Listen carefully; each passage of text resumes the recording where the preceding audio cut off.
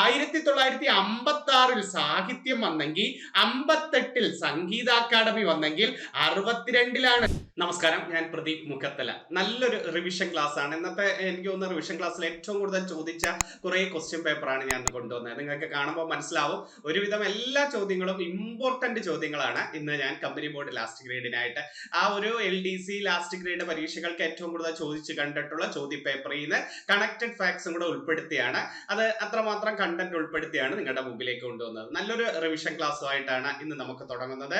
അപ്പം ഓരോരുത്തരോടും കൂടി പറയുകയാണ്, വാശിയോടുകൂടി പഠിച്ചോണം, വേറെ ഒന്നും ചിന്തിക്കേണ്ട. ഇത് നിങ്ങളുടെ ജോലിയാണ്, ഇത് നിങ്ങൾക്ക് വേണ്ടി മാറ്റി വെച്ചിരിക്കുന്ന ജോലിയാണ്. നിങ്ങൾക്ക് ഏത് ഭാഗത്താണോ പോരായ്മ വരുന്നത് അത് മാറ്റി എടുത്തുകൊണ്ട് വരിക. സയൻസിന് കൂടുതൽ ഇമ്പോർട്ടന്റ് കൊടുക്കുക, കേരളം കൂടുതൽ ഇമ്പോർട്ടന്റ്, കേരളത്തിലൊക്കെ കൂടുതൽ ഇമ്പോർട്ടന്റ് കൊടുക്കണം. കേരള ജോഗ്രഫി, കേരളത്തിലെ പ്രക്ഷോഭങ്ങൾ, കേരളത്തിലെ മത്സ്യബന്ധനം, കേരളത്തിലെ തുറമുഖങ്ങൾ, കേരളത്തിലെ പക്ഷി സങ്കേത കേന്ദ്രങ്ങൾ, വന്യജീവി സങ്കേത കേന്ദ്രങ്ങൾ, ഇതിനെല്ലാം ഇമ്പോർട്ടന്റ് കൊടുക്കണം. അതുപോലെ പോർഷൻ ബേസ് വെച്ച് റിവിഷൻ നടത്തണം. റിവിഷനിൽ ഇരിക്കുക. കറണ്ട് അഫേഴ്സ് ശ്രദ്ധിച്ചോണേ. ഹോട്ട് ടോപ്പിക്സ് കറണ്ട് അഫേഴ്സ് വേറെ പഠിക്കണം. നോബൽ സമ്മാനം, സംസ്ഥാന സിനിമ അവാർഡ്, PM ശ്രീ പദ്ധതി എല്ലാം സെപ്പറേറ്റ് പഠിക്കുകയും ചെയ്യണം. വാശിയോടുകൂടി പോവുക. തീർച്ചയായിട്ടും ഇത് നിങ്ങളുടെ ജോലി തന്നെയാണ്, ഇത് നിങ്ങൾക്ക് കിട്ടേണ്ട ജോലി തന്നെയാണ് എന്ന് വിചാരിച്ച് മറ്റുള്ളവരെ താരതമ്യം ചെയ്യരുത്. നിങ്ങൾ ഓരോ ദിവസവും എത്രമാത്രം തീർത്തു എന്ന് മാത്രം നിങ്ങൾ താരതമ്യം ചെയ്താൽ മതി. ഇന്ന് 500 എണ്ണം പഠിച്ചെങ്കിൽ നാളെ 600 ഞാൻ പഠിച്ചു തീർക്കും. റിവിഷൻ കൊണ്ടുവരും. റിവിഷനിൽ ഇരിക്കുകയാണ്, വർഷങ്ങളൊന്നും തെറ്റിപ്പോരുത്. ഒത്തിരി പലർക്കും ചിന്താഗതി, തുടക്കക്കാരൊക്കെ പറയും എനിക്ക് തിരിഞ്ഞു പോകുന്നു, കാണുന്നില്ല, എല്ലാം മറന്നു പോകുന്നു, ആദ്യം പഠിച്ചതൊന്നും ഓർമ്മ വരുന്നില്ല എന്നൊക്കെ പലരും പറയും. പഠിച്ചു വരുമ്പോ സാറേ പഴയതൊന്നും ഓർമ്മ കിട്ടുന്നില്ല. അതെല്ലാവർക്കും ഉള്ളതാ. നിങ്ങളുടെ ഈ മനസ്സിലെ തോന്നല് എനിക്കും ഉണ്ടായിട്ടുള്ളത് തന്നെ. അതുകൊണ്ട് നിങ്ങൾ അങ്ങനെ ചിന്തിക്കേണ്ട. ഇറങ്ങി തിരിച്ചെങ്കിൽ തീർച്ചയായിട്ടും ജോലി കിട്ടണം, അല്ലെ? ആഗ്രഹിച്ചിറങ്ങി തിരിച്ചതല്ലേ. അല്ലാതെ എനിക്കിതൊന്നും വയ്യ, ഇത് ഭയങ്കര മത്സരമാണ്, ഭയങ്കര കട്ട് ഓഫ് കൂടുന്നുണ്ട്. ഈ കട്ട് ഓഫ് ഒക്കെ കൂടാൻ കാരണം ആരാ? നിങ്ങൾ തന്നെ. നിങ്ങൾ അതിനേക്കാൾ അപ്പുറം പഠിച്ചിട്ട് തന്നെയാണ്. അതുകൊണ്ട് കിട്ടുന്ന സമയം മാക്സിമം ചെലവഴിക്കുക, റിവിഷൻ നടത്തുക, പ്രീവിയസ് ക്വസ്റ്റ്യൻ പേപ്പർ വർക്ക്ഔട്ട് ചെയ്യുക, മോക്ക് ടെസ്റ്റുകൾ ചെയ്യുന്നത് എന്തുകൊണ്ടും നല്ലതാണ്. ഓരോരുത്തരോടും പറയാണ് എന്റെ എല്ലാവിധമായ പ്രാർത്ഥനകളും സപ്പോർട്ടും. ഇന്നും നല്ലൊരു റിവിഷൻ ക്ലാസ്സുമായിട്ടാണ് വരുന്നത്. ഒത്തിരി പേരുടെ കമന്റുകൾ വായിക്കുമ്പോൾ നമുക്ക് അങ്ങ് സന്തോഷം. ഓരോ ആഴ്ചയും പുതിയ കാര്യങ്ങൾ കൊണ്ടുവരണം. എന്നിട്ട് ഞാൻ ഓരോന്നിരുന്ന് ആലോചിക്കും, എന്താണ് ഇനി ഇവർക്ക് കൊടുക്കേണ്ടത്. ഇവർക്ക് ചിലപ്പം ചിലപ്പോൾ റാങ്ക് ഫയലുകളിലൊക്കെ ചിലപ്പം ഓരോ ഓർഡറിൽ കിടപ്പുണ്ടായിരിക്കും. എന്നാലും പല ചോദ്യങ്ങളും നമ്മൾ ചില ചോദ്യ പേപ്പർ കണ്ടിട്ടുണ്ട്, പെട്ടെന്ന് നേരിട്ട് കിട്ടത്തില്ലായിരിക്കും. അതുകൊണ്ടാണ് ഞാൻ അങ്ങനെ സെലക്ട് ചെയ്ത് ഇന്ന് കൊണ്ടുവന്നിരിക്കുന്നത്. ഇന്ന് കുറേ മലയാളികളെ നിങ്ങളുടെ മുമ്പിലേക്ക് കൊണ്ടുവന്നത്. പരീക്ഷയ്ക്ക് ചോദിക്കുന്ന കുറച്ച് മലയാളികളെ എങ്ങനെ പരിചയപ്പെടാം, ഏറ്റവും കൂടുതൽ ചോദിക്കുന്ന മലയാളികളെ നമുക്ക് എങ്ങനെ പരിചയപ്പെടാം. നമുക്ക് തുടങ്ങാൻ തരാം. വിഷമിക്കരുത്. ഓരോ വിഷമങ്ങളും നിങ്ങളുടെ ചിന്താഗതിയിൽ ചിലപ്പോൾ വീട്ടിലെ പ്രശ്നങ്ങൾ കാണും. നിങ്ങൾ ഇറങ്ങിത്തിരിക്കുമ്പോൾ നിങ്ങൾക്ക് മാത്രമേ പ്രശ്നങ്ങളുള്ളൂ, അല്ല ഒരു ജോലി കിട്ടുമ്പോൾ ഇതെല്ലാം അങ്ങ് മാറൂടെ. വീട്ടിലെ പ്രശ്നങ്ങളൊക്കെ നമ്മൾ ചിന്തിച്ചുകൊണ്ടിരിക്കുകയാണെങ്കിൽ എല്ലാവർക്കും ഉള്ളതാണ്. നിങ്ങൾക്ക് ഒരു രീതിയിൽ, വേറൊരാൾക്ക് വേറൊരു രീതിയിൽ ഉണ്ടാവും. അതുകൊണ്ട് ഇപ്പൊ അതിനെ കുറിച്ചൊന്നും ചിന്തിക്കേണ്ട. ഇപ്പൊ നിങ്ങൾക്ക് ചിന്തിക്കേണ്ടത് മാക്സിമം കവർ ചെയ്യുക എന്നതാണ്. ഓരോരുത്തരോടും പറയുക. ഓക്കെ, നമുക്ക് തുടങ്ങാം. ഒന്നാമത്തെ അംഗം. അപ്പൊ നല്ലൊരു റിവിഷൻ ക്ലാസ്സുമായിട്ട് പോവുകയാണ്. ഒന്നാമത്തെ ഏറ്റവും കൂടുതൽ PSC പരീക്ഷയ്ക്ക് ചോദിച്ചിട്ടുള്ള ഒരു വ്യക്തിയാണ് VK കൃഷ്ണമേനോൻ. ഏറ്റവും കൂടുതൽ ചോദിക്കുന്നതാണ് VK കൃഷ്ണമേനോൻ. എന്താണ് VK കൃഷ്ണമേനോന്റെ എന്തൊക്കെ PSC ചോദ്യങ്ങൾ ഉണ്ടെന്ന് നോക്കാം. 1961 ഗോവ വിമോചനം, അല്ലെ? തുടക്കക്കാർക്ക് അറിഞ്ഞുകൂടായിരിക്കും. അതായത് ഇന്ത്യയിൽ ആദ്യം വന്നതും പോർച്ചുഗീസുകാരാണ്. ഇന്ത്യ വിട്ടുപോയ അവസാനത്തെ വിദേശ ശക്തിയും പോർച്ചുഗീസുകാരാണ്. ഇന്ത്യയിൽ ആദ്യം വന്നത് പോർച്ചുഗീസുകാരാണ്. ഇന്ത്യ വിട്ടുപോയ അവസാനത്തെ വിദേശ ശക്തി. അതായത് 1498 പോർച്ചുഗീസുകാർ വരുന്നുണ്ട്. 1961 പോർച്ചുഗീസുകാർ ഇന്ത്യ വിട്ടു പോകുന്നു. അതിനെയാണ് ഗോവ വിമോചനം എന്ന് പറയുന്നത്. അപ്പൊ എന്നാണ് പോർച്ചുഗീസുകാർ ഇന്ത്യയിൽ എത്തിയത്? 1498 മെയ് മാസം 20-ന് നമ്മുടെ വാസ്കോഡ ഗാമയാണ് എത്തിച്ചേരുന്നത്. പോർച്ചുഗീസുകാർ ഇന്ത്യ വിട്ട് പോയ വർഷം, ഏറ്റവും അവസാനം പോയ വിദേശ ശക്തി പോർച്ചുഗീസുകാരാണ്. അല്ലാതെ ഇംഗ്ലീഷുകാരനൊന്നും എഴുതി വെച്ച് കളയില്. 1961 പോർച്ചുഗീസുകാർ. ഇനി ഒരു പരീക്ഷയ്ക്ക് ചോദിച്ചിട്ടുണ്ട്, പോർച്ചുഗീസുകാർ ഇന്ത്യയിൽ കീഴടക്കി വെച്ചിരുന്ന സ്ഥലങ്ങൾ ഏതൊക്കെയെന്ന് ചോദിച്ചിട്ടുണ്ട്. പോർച്ചുഗീസുകാർ ഇന്ത്യയിൽ കീഴടക്കി വെച്ചിരുന്ന സ്ഥലങ്ങളാണ് ഗോവ, ഡാമൻ, ഡിയു. ഗോവ, ഡാമൻ, ഡിയു എന്നിവ. അപ്പൊ പോർച്ചുഗീസുകാർ ഇന്ത്യയിൽ കീഴടക്കി വെച്ചിരുന്നത് ഏതൊക്കെയാണ്? ഗോവ, ഡാമൻ, ഡിയു ആണ്. അങ്ങനെ ഗോവയിൽ നിന്നും അവർ പോയത് ഏത് വർഷം എന്ന് ചോദിച്ചാൽ ഏത് വർഷം പറയാം? 1961 1961. ആ സമയത്ത് ഇന്ത്യയുടെ പ്രതിരോധ മന്ത്രി മലയാളിയാണ്. ഇന്ത്യയുടെ പ്രതിരോധ മന്ത്രി VK കൃഷ്ണമേനോനാണ്. രണ്ട് മലയാളികളെ പ്രതിരോധ മന്ത്രി ആയിട്ടുള്ളൂ അല്ലെ. നമ്മുടെ AK ആന്റണി ആയിരുന്നു അല്ലെ. VK കൃഷ്ണമേനോനും AK Antony. അങ്ങനെ ആദ്യമായിട്ട് പ്രതിരോധ സ്ഥാനത്തെത്തുന്ന മലയാളി ആരാണ്? VK കൃഷ്ണമേനോൻ. അപ്പൊ ഗോവ വിമോചനം ഏത് വർഷം? 61. ഗോവ വിമോചനത്തിന് ഇന്ത്യ ഗവൺമെന്റ് ഇട്ട പേരെന്താണെന്നറിയാമോ? ഓപ്പറേഷൻ വിജയ്. തെറ്റിപ്പോരുത് കേട്ടോ. ഗോവ വിമോചന സമയത്ത് ഇന്ത്യ ഗവൺമെന്റ് ഇട്ട പേരെന്താണ്? ആ വിമോചനത്തെ ഇന്ത്യ ഗവൺമെന്റ് ഇട്ട പേര് ഓപ്പറേഷൻ വിജയ് ആണ്. നമുക്ക് ഓപ്പറേഷൻ വിജയ് വേറൊന്നുണ്ട്. കാർഗിൽ നുഴഞ്ഞുകയറ്റം കേട്ടിട്ടില്ലേ? കാർഗിൽ നുഴഞ്ഞുകയറ്റവും ഓപ്പറേഷൻ വിജയ് ആണ്.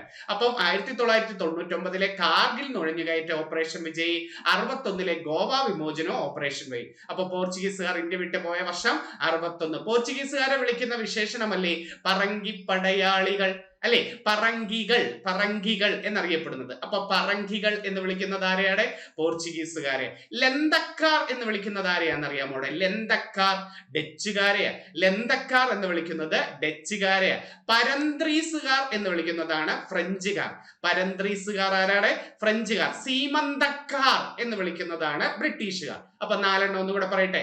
പറങ്കികൾ എന്ന് വിളിക്കുന്നത് പോർച്ചുഗീസുകാരെ, ലന്തക്കാർ എന്ന് വിളിക്കുന്നത് ഡച്ചുകാരെ, ലന്തക്കാർ എന്ന് വിളിക്കുന്നത് ആരെയാണ്?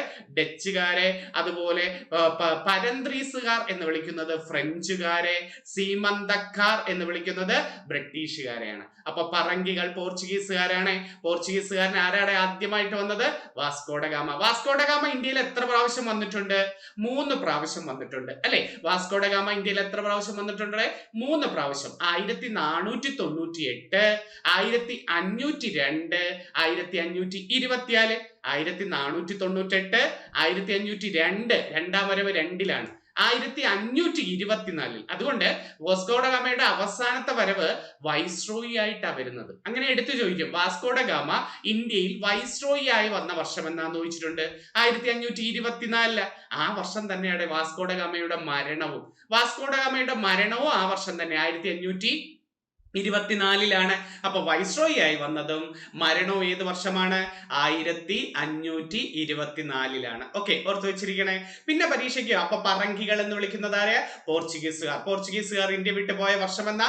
61. ഗോവ വിമോചന സമയത്ത് ഇന്ത്യയുടെ പ്രതിരോധ മന്ത്രി VK കൃഷ്ണമേനോൻ. പോർച്ചുഗീസുകാർ കീഴടക്കി വെച്ചിരുന്ന പ്രദേശങ്ങൾ ഗോവ, ഡാമൻ, ഡിയു. ഗോവ വിമോചനത്തിന്റെ ഓപ്പറേഷന്റെ പേരെന്താ? ഓപ്പറേഷൻ വിജയ് ആണ്. അടുത്ത ക്വസ്റ്റ്യൻ നോക്കേ. കേന്ദ്ര പ്രതിരോധ മന്ത്രിയായ ആദ്യത്തെ മലയാളിയും ആരാ? ആദ്യത്തെ മലയാളി VK കൃഷ്ണമേനോനാണ് അല്ലെ. കേന്ദ്രമന്ത്രിയായ ആദ്യ മലയാളി ആരാണ്? കേന്ദ്രമന്ത്രിയായ ആദ്യ മലയാളി അത് ജോൺ മത്തായി ആണ് അല്ലെ. കേന്ദ്രമന്ത്രിയായ ആദ്യത്തെ മലയാളി ആരാണ്?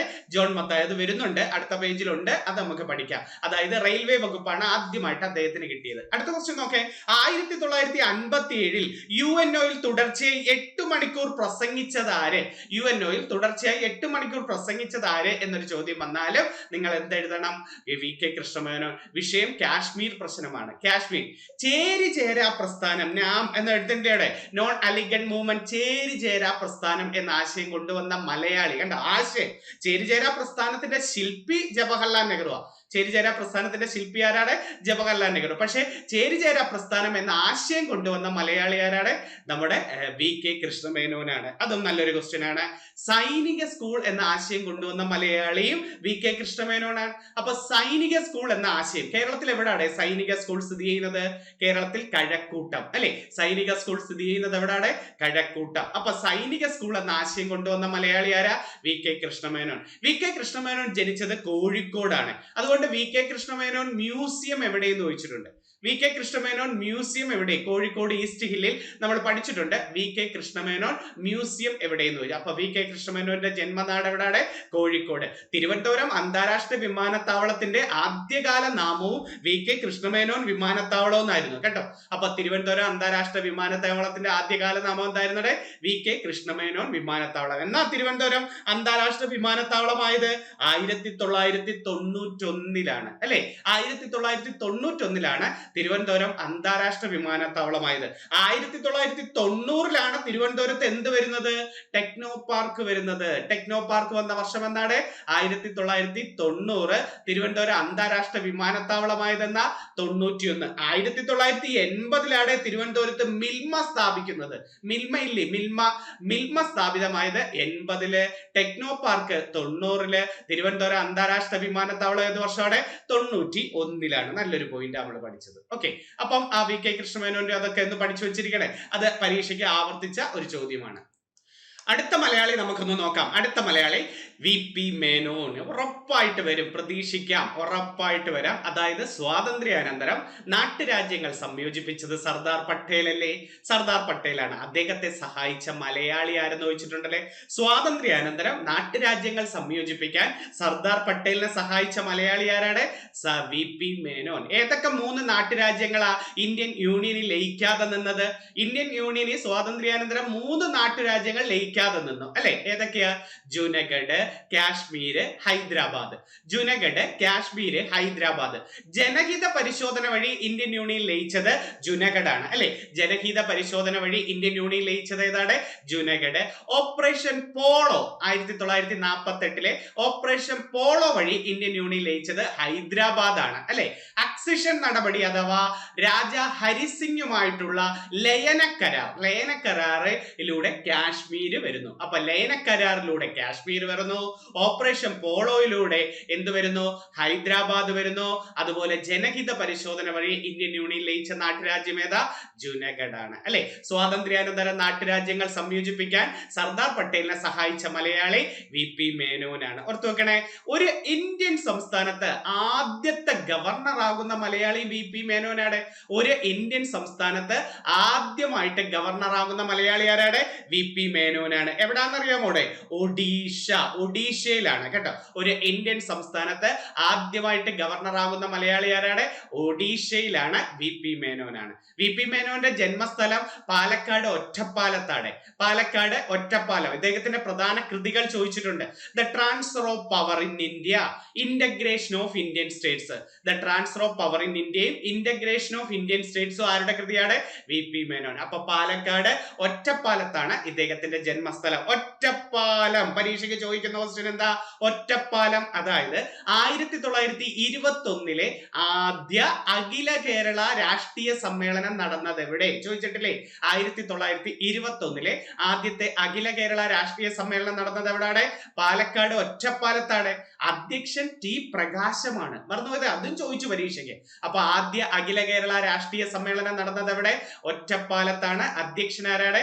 ടി പ്രകാശം അല്ലെ? ആന്ധ്ര കേസരി എന്നറിയപ്പെടുന്നത് അദ്ദേഹത്തെയാണ്.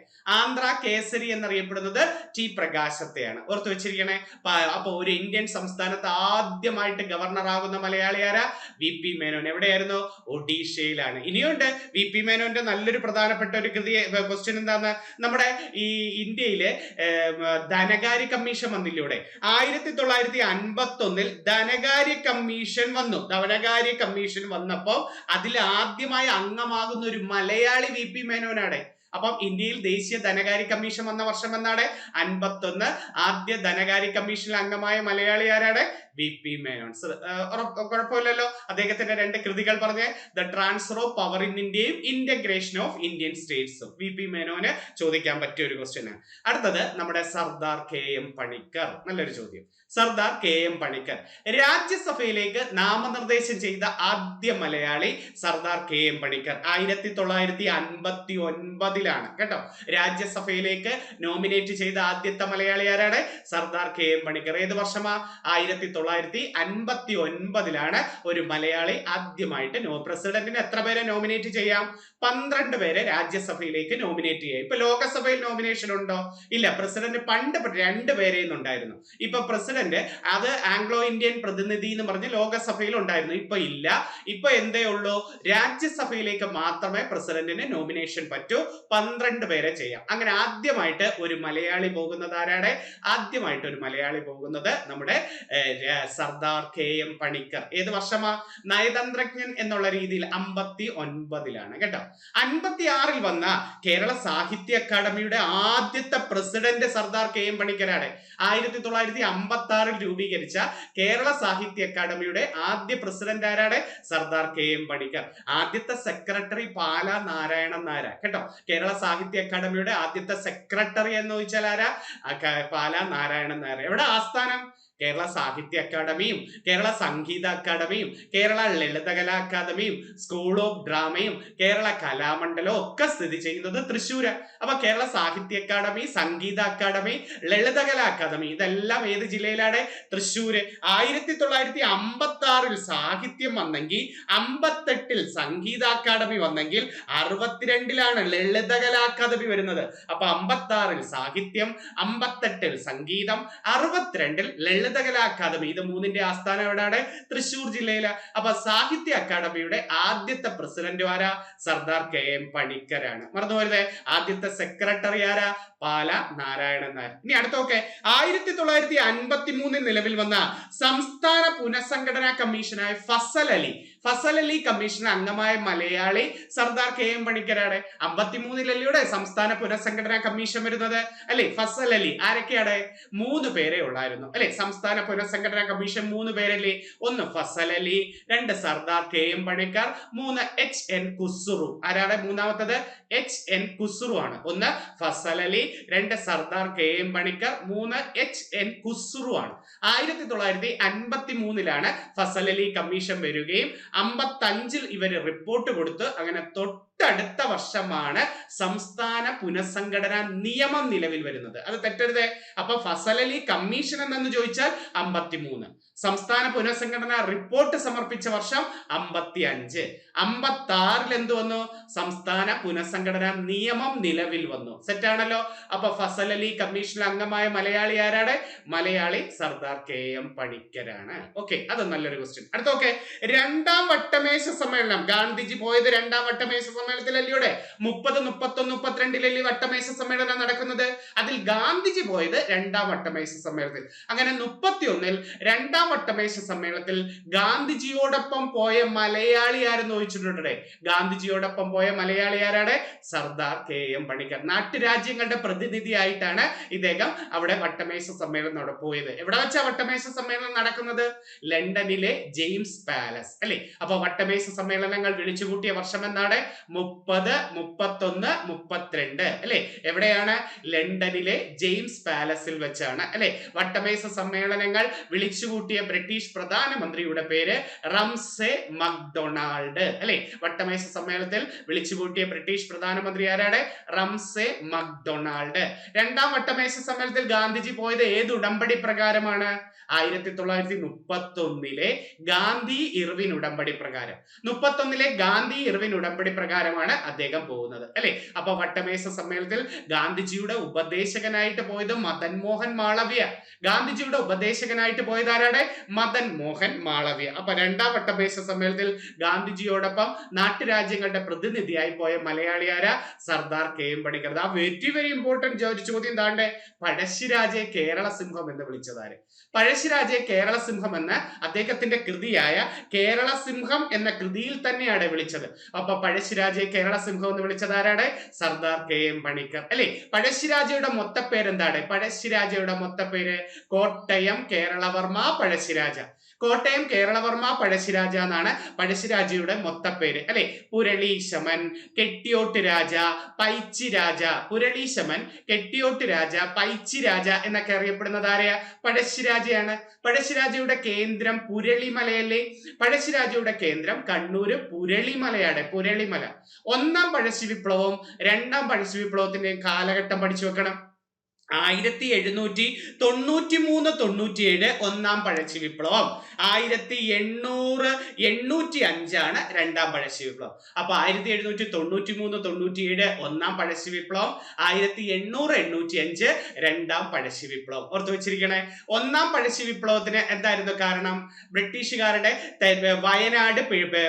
ബ്രിട്ടീഷുകാരുടെ തെറ്റായ നികുതി. രണ്ടാം പഴശ്ശി വിപ്ലവത്തിന്റെ കാരണം വയനാട് പിടിച്ചടക്കൽ. ബ്രിട്ടീഷുകാർ വയനാട് പിടിച്ചെടുക്കൽ. അപ്പൊ പഴശ്ശി വിപ്ലവങ്ങൾ കാലഘട്ടം പറഞ്ഞ് ചോദിക്കാൻ പറ്റിയ ഒരു ക്വസ്റ്റ്യനാ. 93, 97, 1800, 805. എന്നാ പഴശ്ശിരാജ കൊല്ലപ്പെട്ടത്? പഴശ്ശിരാജ കൊല്ലപ്പെട്ടത് 1805 നവംബർ 30. 1805 നവംബർ 30 പഴശ്ശിരാജ കൊല്ലപ്പെടുന്നത്. അപ്പൊ പഴശ്ശിരാജ കൊല്ലപ്പെട്ട വർഷം പറഞ്ഞയുടെ 1805 നവംബർ 30. അപ്പൊ പഴശ്ശിരാജയെ കേരള സിംഹം എന്ന് വിളിച്ചത് അദ്ദേഹത്തിന്റെ കേരള സിംഹം എന്ന കൃതിയിൽ തന്നെയാണ് അല്ലെ. പഴശ്ശിരാജ സിനിമ സംവിധാനം ചെയ്തത് ഹരിഹരനാണ് കേട്ടോ, ഹരിഹരൻ. പഴശ്ശി മ്യൂസിയം സ്ഥിതി ചെയ്യുന്നത് കോഴിക്കോട് ഈസ്റ്റ് ഹില്ലും. പഴശ്ശി സ്മാരകം മാനന്തവാടി. പഴശ്ശി അണക്കെട്ട് കണ്ണൂര് വളപട്ടണം പുഴ. പഴശ്ശി ഗുഹ എവിടെ? മലപ്പുറത്താണ് പഴശ്ശി ഗുഹ. പഴശ്ശി കോളേജ് പുൽപ്പള്ളിയിലുണ്ട് അല്ലെ. അപ്പൊ പഴശ്ശി സ്മാരകം എവിടെ? പഴശ്ശി സ്മാരകം മാനന്തവാടിയിൽ. പഴശ്ശി മ്യൂസിയം എവിടെ? കോഴിക്കോട്. പഴശ്ശി അണക്കെട്ട് എവിടെ? കണ്ണൂര് വളപട്ടണം പുഴയിൽ. പഴശ്ശി ഗുഹ എവിടെ? മലപ്പുറത്താണ്. അപ്പൊ പഴശ്ശിരാജ കൊല്ലപ്പെട്ട ഡേറ്റ് 1805 നവംബർ 30. പഴശ്ശിരാജയുടെ കേന്ദ്രം ഏത്? പുരളിമലയ. തിരിച്ചു വരാം. ചൈനയിലേക്ക് പോയ ആദ്യത്തെ ഇന്ത്യൻ അംബാസിഡർ സർദാർ KM പണിക്കരാണ്. ചൈനയിലേക്ക് പോയ ആദ്യത്തെ ഇന്ത്യൻ അംബാസിഡർ ആരാണ്? സർദാർ KM പണിക്കരാണ്. രണ്ടു ചൈനയിൽ എന്ന പ്രശസ്ത കൃതിയൊക്കെ അദ്ദേഹമാണ് എഴുതിയത് കേട്ടോ, ചൈനയിൽ എന്ന് പറയുന്നത്. അപ്പൊ ചൈനയെ കുറിച്ച് എന്തൊക്കെ നമുക്കറിയാം? ചൈനയുടെ ദേശീയ വിനോദം ടേബിൾ ടെന്നീസ് ആണ്. ടേബിൾ ടെന്നീസ്, പിങ് പോങ് എന്ന അപരനാമമുള്ള കളി ഏതെന്ന് വെച്ചിട്ടുണ്ട്. പിങ് പോങ് എന്നറിയപ്പെടുന്ന കളി ഏതാണ്? ചൈനയുടെ ദേശീയ വിനോദമായ ടേബിൾ ടെന്നീസ് ആണ്. ഇന്ത്യയുമായി ഏറ്റവും കൂടുതൽ കര അതിർത്തി പങ്കിടുന്ന വലിയ രാജ്യം, ഇന്ത്യയുമായി ഏറ്റവും കൂടുതൽ എന്ന് പറയേണ്ട, ഇന്ത്യയുമായി കര അതിർത്തി പങ്കിടുന്ന വലിയ രാജ്യം ഏതാണ്? ചൈനയാണ്. ഇന്ത്യയുമായി കര അതിർത്തി പങ്കിടുന്ന ഏറ്റവും വലിയ രാജ്യം ഏതാണ്? ചൈന. അരി ഏറ്റവും കൂടുതൽ ഉത്പാദിപ്പിക്കുന്ന ചൈനയാണ്. അരി, ഗോതമ്പ്, തേയില ഇതൊക്കെ ഏറ്റവും കൂടുതൽ ഉത്പാദിപ്പിക്കുന്ന രാജ്യം ഏതെന്ന് ചോദിച്ചാൽ നിങ്ങൾ പറയേണ്ടത് ഏതാണ്? ചൈനയാണ് നമ്മൾ പറയേണ്ടത്. അപ്പൊ ചൈനയുടെ ദേശീയ വിനോദം ഏതാണ്? ടേബിൾ ടെന്നീസ് ആണ് ചൈനയുടെ ദേശീയ വിനോദം. പോർച്ചുഗീസുകാരെ കുറിച്ച് പറങ്കിപ്പടയാളികൾ എന്ന പ്രശസ്ത കൃതി എഴുതിയത് സർദാർ KM പണിക്കരാണ്. പറങ്കിപ്പടയാളികൾ എന്ന കൃതി എഴുതിയത്. കേരള സിംഹം, പറങ്കിപ്പടയാളികൾ, രണ്ടു ചൈനയിൽ, ഹിസ്റ്ററി ഓഫ് കേരള, ദൊരശിണി, അത് മറന്നു പോരുത്, ദൊരശിണി, അതൊക്കെ ഇദ്ദേഹത്തിന്റെ പ്രധാന കൃതിയാണ്. യഥാർത്ഥ നാമം കാവാലം മാധവ പണിക്കർ. യഥാർത്ഥ നാമം അതാണ് കാവാലം. Sardar KM Panicker, KM, Kavalam Madhava Panicker. നല്ല കുറെ പോയിന്റുകളാണ് പഠിച്ചു വെച്ചിരിക്കണേ. അത് പരീക്ഷയ്ക്ക് ആവർത്തിക്കാൻ പറ്റിയ ഒരു ക്വസ്റ്റ്യൻ. ഓക്കെ, ഇനി അടുത്ത വ്യക്തി ഏതാന്ന് നോക്കാം. നല്ലൊരു ക്വസ്റ്റ്യനിലേക്ക് വരുന്നു. PN പണിക്കർ. പരീക്ഷയ്ക്ക് ആവർത്തിക്കുന്നതിലെ PN പണിക്കർ അല്ലെ. പുതുവേലിൽ നാരായണ പണിക്കർ നമ്മത്തെ പേര്.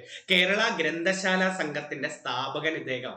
കേരളത്തിൽ ആദ്യമായിട്ട് ഒരു ലൈബ്രറി കൊണ്ടുവരുന്നത് ഇദ്ദേഹമാണ്. കേരള ഗ്രന്ഥശാല സംഘത്തിന്റെ സ്ഥാപകൻ ആരാണ്?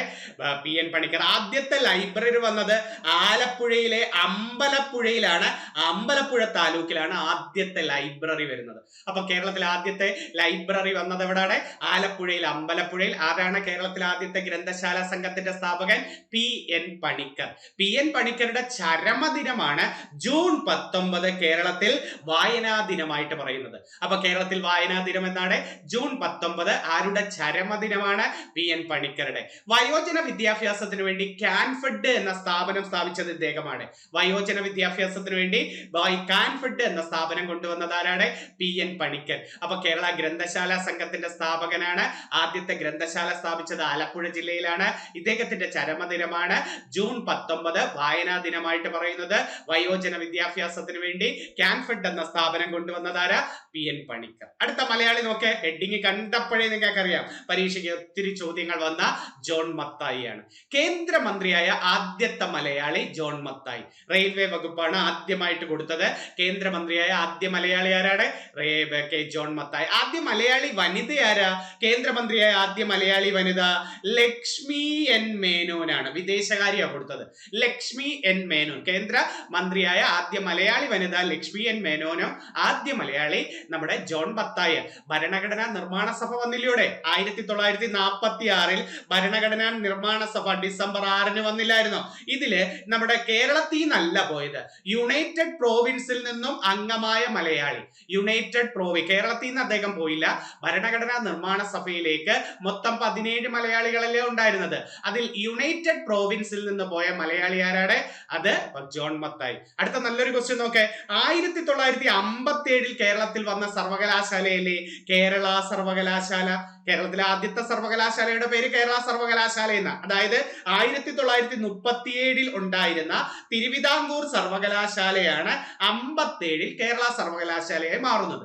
അതായത് 37 സർ ചിത്തിര തിരുനാൾ സ്ഥാപിച്ച തിരുവിതാംകൂർ സർവകലാശാല 57 എന്താവുന്നു? കേരള സർവകലാശാലയായി മാറുന്നു അല്ലെ. ഈ കേരള സർവകലാശാലയുടെ ആദ്യത്തെ വൈസ് ചാൻസലർ നമ്മുടെ ജോൺ മത്തായിയാണ്. 55 വന്ന സ്റ്റേറ്റ് ബാങ്ക് ഓഫ് ഇന്ത്യയുടെ സ്ഥാപക ചെയർമാനും ജോൺ മത്തായിയാണ്. 55 നിലവിൽ വന്ന സ്റ്റേറ്റ് ബാങ്ക് ഓഫ് ഇന്ത്യയുടെ സ്ഥാപക ചെയർമാൻ ആരാണ്? ജോൺ മത്തായിയാണ്. നല്ലൊരു ക്വസ്റ്റ്യൻ അല്ലെ. SBIയുടെ സ്ഥാപക എന്നാണ് SBI വരുന്നത്? 55. അവിടെ വേണമെങ്കിൽ 1921 ഇമ്പീരിയൽ ബാങ്ക് ആണ് 55 SBI ആയിട്ട് മാറുന്നത് കേട്ടോ. SBIയുടെ ആദ്യകാല നാമം ചിലപ്പോൾ ചോദിച്ചാലോ. SBIയുടെ ആദ്യകാല നാമം ഇമ്പീരിയൽ ബാങ്ക് എന്നാണ്. 21 വന്ന ഇമ്പീരിയൽ ബാങ്ക് ആണ് 55 SBI ആയിട്ട് മാറുന്നത്. അപ്പൊ സ്റ്റേറ്റ് ബാങ്ക് ഓഫ് ഇന്ത്യയുടെ സ്ഥാപക ചെയർമാൻ ആരാണ്? സ്ഥാപക ചെയർമാൻ ആരെന്ന് ചോദിച്ചാൽ നിങ്ങൾ പറയേണ്ടത് ജോൺ മത്തായി ആണ്. അടുത്ത നല്ലൊരു പോയിന്റ് നോക്കാം. ഇന്ത്യയുടെ ആദ്യ ധനകാര്യമന്ത്രി RK ഷൺമുഖം ഷെഡ്ഡി അല്ലേ. ആദ്യത്തെ മന്ത്രിസഭയിൽ ഇദ്ദേഹം രാജിവെച്ചപ്പോ ധനകാര്യ സ്ഥാനം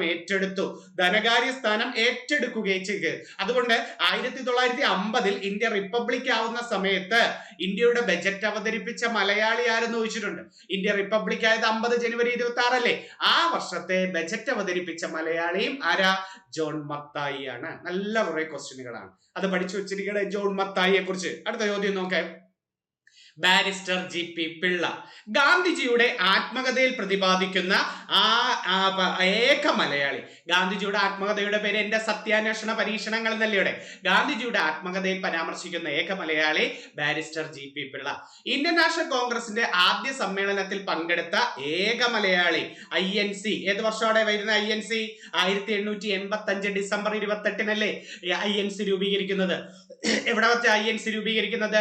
മുംബൈയിലെ ഗോകുൽദാസ് തേജ്പാൽ കോളേജിൽ വെച്ച് 1885 ഡിസംബർ 28 രൂപീകരിക്കുന്നു. ഈ ഗോകുൽദാസ് തേജ്പാൽ കോളേജിൽ വെച്ചാണ് INC വരുന്നത്. INC ആദ്യം നടത്താൻ തീരുമാനിച്ചത് പൂനെയിൽ വെച്ച, പ്ലേഗ് കാരണം മാറ്റിയിട്ട് മുംബൈയിലെ ഗോകുൽദാസ് തേജ്പാൽ കോളേജിൽ വെച്ച് നടത്തുന്നു. അത് സ്ഥാപകൻ AO ഹ്യൂമാണ്. ആദ്യത്തെ പ്രസിഡന്റ് WC ബാനർജിയുമാണ് അല്ലെ. INCയുടെ ആദ്യത്തെ പ്രസിഡന്റ് ആരാണ്?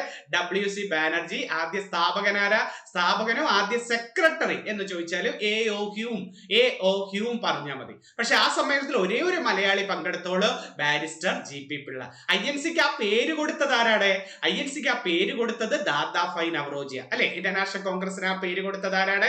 ദാദാഭായ് നവറോജി. അടുത്ത ക്വസ്റ്റ്യൻ ഒക്കെ 1891 സമർപ്പിച്ച മലയാളി മെമ്മോറിയലിന്റെ നേതാവ് കേട്ടോ.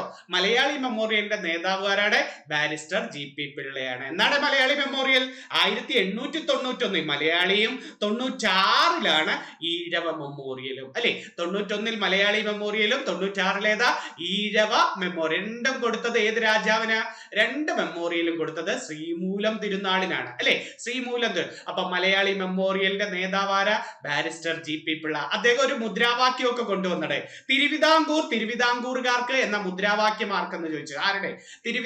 തിരുവിതാംകൂറുകാർക്ക് എന്ന മുദ്രാവാക്യം ആരുടെ? മലയാളി മെമ്മോറിയലിൽ ബാരിസ്റ്റർ GP പിള്ളയാണ് കൊടുത്തത് കേട്ടോ. മറന്നുപോരുത്, അത് പരീക്ഷയ്ക്ക് ചോദിക്കാം. അടുത്ത നോക്കെ. തിരുവിതാംകൂറിന്റെ വന്ധ്യവയോധികൻ എന്ന് വിളിക്കുന്നത് ബാരിസ്റ്റർ GP പിള്ള. കേരളത്തിന്റെ വന്ധ്യവയോധികൻ ആരാണ്? കേരളത്തിന്റെ വന്ധ്യവയോധികൻ KP കേശവമേനോനാണ്. കേരളത്തിന്റെ വന്ധ്യവയോധികൻ ആരാണ്? KP കേശവമേനോൻ. ഇന്ത്യയുടെ വന്ധ്യവയോധികൻ ആരാ? ഇന്ത്യയുടെ ദാദാഭായ് നവറോജിയ അല്ലെ. ഇന്ത്യയുടെ വന്ധ്യവയോധികൻ ദാദാഭായ് നവറോജി. കേരളത്തിന്റെ വന്ധ്യവയോധികൻ KP കേശവമേനോൻ. തിരുവിതാംകൂറിന്റെ വന്ധ്യവയോധികൻ ബാരിസ്റ്റർ GP പിള്ള. ഇദ്ദേഹമാണ് തിരുവിതാംകൂറിൽ രാഷ്ട്രീയ പ്രക്ഷോഭങ്ങളുടെ പിതാവ് എന്ന് വിളിക്കുന്നത്. അപ്പൊ ബാരിസ്റ്റർ GP പിള്ള. ഏതൊക്കെ പഠിച്ചു? ഗാന്ധിജിയുടെ ആത്മകഥയിൽ പരാമർശിക്കുന്ന ഏക മലയാളി, INC-യുടെ ആദ്യ സമ്മേളനത്തിൽ പങ്കെടുത്ത മലയാളി, മലയാളി മെമ്മോറിയലിന്റെ നേതാവ്, തിരുവിതാംകൂറുകാർക്ക് എന്ന മുദ്രാവാക്യം, തിരുവിതാംകൂറിന്റെ വന്ധ്യവയോധികൻ എന്നൊക്കെ അറിയപ്പെടുന്നു. അടുത്ത ക്വസ്റ്റ്യൻ നോക്കെ, നമ്മുടെ വർഗീസ് കുര്യനെ കുറിച്ച് നോക്കാം. മലയാളിയായ വർഗീസ് കുര്യന്റെ ചോദ്യങ്ങൾ. ഇന്ത്യൻ ധവള വിപ്ലവത്തിന്റെ പിതാവാര്? കറക്റ്റ് ആണല്ലോ. ഇന്ത്യൻ ധവള വിപ്ലവത്തിന്റെ പിതാവ് വർഗീസ് കുര്യൻ. ഇന്ത്യയുടെ പാൽക്കാരൻ എന്നറിയപ്പെടുന്നത് ആര്? വർഗീസ് കുര്യൻ. ഇദ്ദേഹം ജനിച്ചത് എവിടെ? കോഴിക്കോട്. വർഗീസ് കുര്യന്റെ ജന്മനാട് എവിടെയാണ്? കോഴിക്കോട്. മാഗ്സേസെ അവാർഡ് ആദ്യമായി നേടിയ മലയാളിയാര്?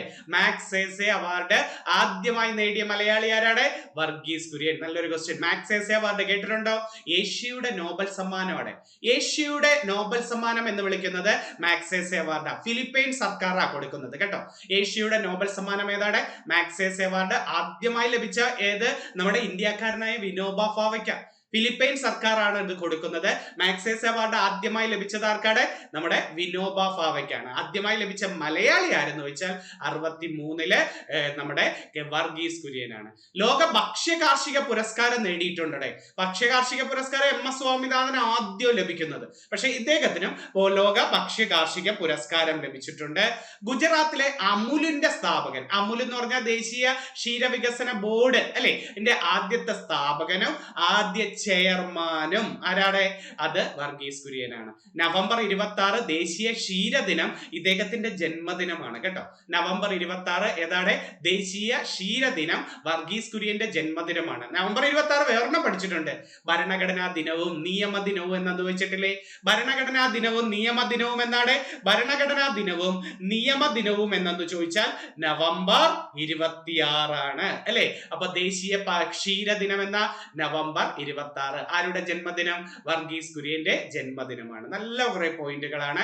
വർഗീസ് കുര്യന്റെ ഈ ഓപ്പറേഷന്റെ ചോദിച്ചിട്ടുണ്ട് കേട്ടോ. വർഗീസ് കുര്യന്റെ ഈ ധവള വിപ്ലവത്തിന്റെ ഓപ്പറേഷൻ വിളിക്കുന്ന പേര് ഓപ്പറേഷൻ ഫ്ലഡ് എന്നാണ് കേട്ടോ. അപ്പൊ ധവള വിപ്ലവവുമായി ബന്ധപ്പെട്ട ഓപ്പറേഷൻ ഏതാണ്? ഓപ്പറേഷൻ ഫ്ലഡ് എന്ന് പറയുന്നത് ഓർത്തു വെച്ചിരിക്കണേ. ധവള വിപ്ലവം എത്രാം പഞ്ചവത്സര പദ്ധതിയാ? 4ാം പഞ്ചവത്സര പദ്ധതി കാലത്താണ് വരുന്നത്. ധവള വിപ്ലവം എത്രാം പഞ്ചവത്സര പദ്ധതി കാലത്താണ് വരുന്നത്? 4ാം പഞ്ചവത്സര പദ്ധതി കാലത്താണ് ധവള വിപ്ലവം വരുന്നത്. ഓക്കെ, അടുത്ത മലയാളി പരീക്ഷയ്ക്ക് ചോദിക്കുന്ന നോക്കാം. PT ഉഷ അല്ലെ. പയ്യോളി എക്സ്പ്രസ് എന്നറിയപ്പെടുന്നത് ആരെയാണ്?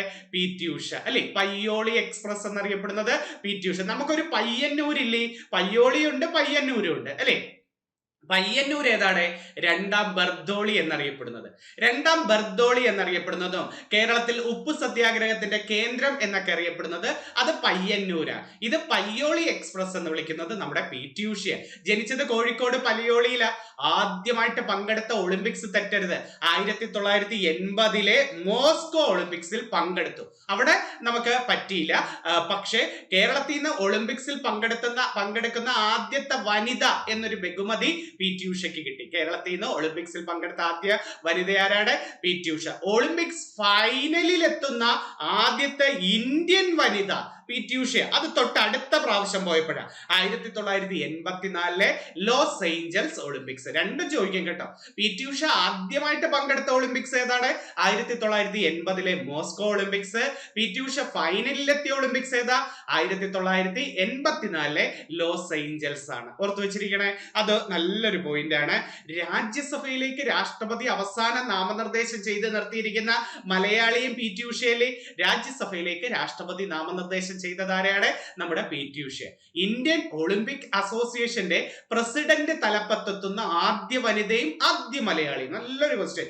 ഇന്ത്യൻ ഒളിമ്പിക് അസോസിയേഷൻ പ്രസിഡന്റിന്റെ തലപ്പത്തെത്തുന്ന ആദ്യത്തെ വനിതയെന്നോ ആദ്യ മലയാളി എന്നറിയപ്പെടുന്നതും ആരെയാ? PT ഉഷ. PT ഉഷയുടെ ആത്മകഥയുടെ പേര് ഗോൾഡൻ ഗേൾ എന്നാണ്. ഗോൾഡൻ ഗേൾ ആണ് അവരുടെ ആത്മകഥയുടെ പേര്. നമുക്ക് ഉഷ സ്കൂൾ ഓഫ് അത്ലറ്റിക്സും PT ഉഷ കോച്ചിങ് സെന്ററും ഉണ്ട്. ഉഷ സ്കൂൾ ഓഫ് അത്ലറ്റിക്സും ഉണ്ട്, PT ഉഷ കോച്ചിങ് സെന്റർ ഉണ്ട്. Usha school of athletics Kozhikode കൊയിലാണ്ടിയിലെ കിനാലൂർ എന്ന് പറയുന്ന സ്ഥലത്താണ്. കിനാലൂർ കേട്ടോ. ഉഷ സ്കൂൾ ഓഫ് അത്ലറ്റിക്സ് സ്ഥിതി ചെയ്യുന്നത് എവിടെയാണ്? കോഴിക്കോട് കൊയിലാണ്ടിയിൽ കിനാലൂരാണ്. PT ഉഷ കോച്ചിങ് സെന്റർ സ്ഥിതി ചെയ്യുന്നത് നമ്മുടെ തിരുവനന്തപുരത്താണ്. അപ്പൊ അത് തെറ്റിപ്പോരുത്. ഉഷ സ്കൂൾ ഓഫ് അത്ലറ്റിക്സ് ആണ് കോഴിക്കോട് കൊയിലാണ്ടിയിൽ Kinalur. PT Usha coaching centre എവിടെയാണ്?